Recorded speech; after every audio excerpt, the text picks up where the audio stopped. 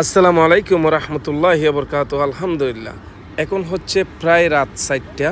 সমুদ্রের পারে সাসামিয়াকে নিয়ে তাজু ভাই। আসলে সাসামিয়ার কাছে একটাই প্রশ্ন আমাদের তো আরও অনেক ব্রাঞ্চ খোলার পরিকল্পনা আছে, প্লাস কাজও চলতেছে অলরেডি।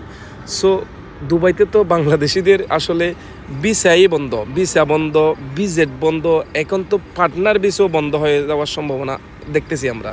সো আমরা এমপ্লয় কীভাবে আনবো দোকানে কাজ করার জন্য, প্লাস হচ্ছে আমাদের বিশাল একটা যে কর্মসংস্থান দুবাইতে, এইটার তো মান আমরা দিনে দিনে বাংলাদেশি বা একলেই আমরা মুসলিম কয়েকজন মানুষই এটাকে ধ্বংস করে দিচ্ছি। কি কারণে চাচা মিয়া? এটা আমাদের অসংখ্য ধন্যবাদ, আপনার অনেক সুন্দর প্রশ্ন।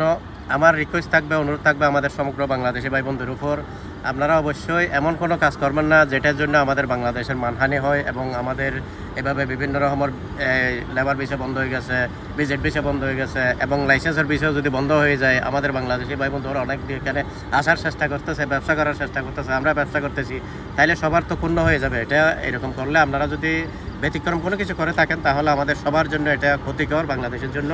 তো অবশ্যই আপনারা, আমাদের অনুরোধ থাকবে, আপনারা যারা বাংলাদেশি ভাই বন্ধু দেশের বাইরে দুবাইতে আছেন, নিজের একটা ভদ্রতা বজায় রেখে কাজ করবেন। ব্যতিক্রম কাজ করলে সবার ক্ষতি হবে, লোকসান হবে, ওই ধরনের কাজ করবেন না যাদের মান সম্মান যায় আমাদের।